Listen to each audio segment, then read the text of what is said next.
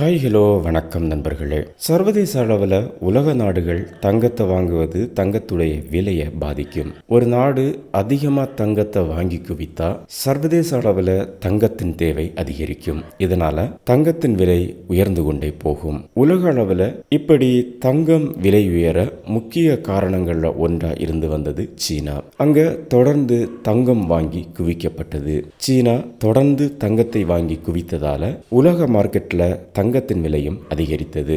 March 2025 நிலவரப்படி சீனாவில் அதிகாரப்பூர்வ தங்க இருப்பு தோராயமா 2292 மெட்ரிக் டன்கள். இதனால சீனா உலகின் முன்னணி தங்கம் வைத்திருக்கக்கூடிய நாடுகள்ல ஒன்றா இருந்து வருது.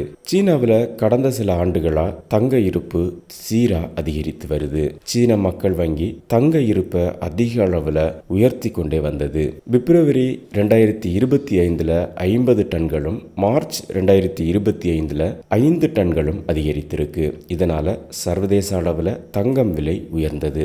இப்போ சீனா திடீரென தங்கத்தை விற்க தொடங்கி இருக்கு. இதனால தங்கத்துடைய விலையும் சரிய தொடங்கி இருக்கு. கடந்த வாரம் 10 லட்சம் அவுன்ஸ் தங்கத்தை சீனா விற்றிருக்கு. அதுக்கு முந்தின வாரத்துல 10 லட்சம் அவுன்ஸ் தங்கத்தை விற்றிருக்கு. இதனால சர்வதேச மார்க்கெட்ல தங்கத்தோட விலை தொடர்ந்து சரிந்து கொண்டே வருது. அமெரிக்காவில் ஸ்பாட் தங்கம் ஒரு அவுன்ஸ் 0.9% குறைந்து $3289.97 உள்ளது. இந்தியாவை பொறுத்த வரைக்கும் ரிசர்வ் வங்கி தங்கத்தை வாங்குவதை தொடர்ந்து அதிகரித்து கொண்டே வருது.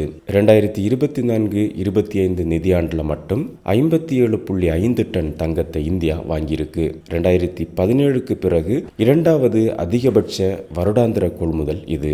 இந்தியா கடந்த சில மாதங்களா தங்கத்தை தொடர்ந்து வாங்கி குவித்து வருது. உலக அளவில் பொருளாதாரம் மிக மோசமாகி வருது.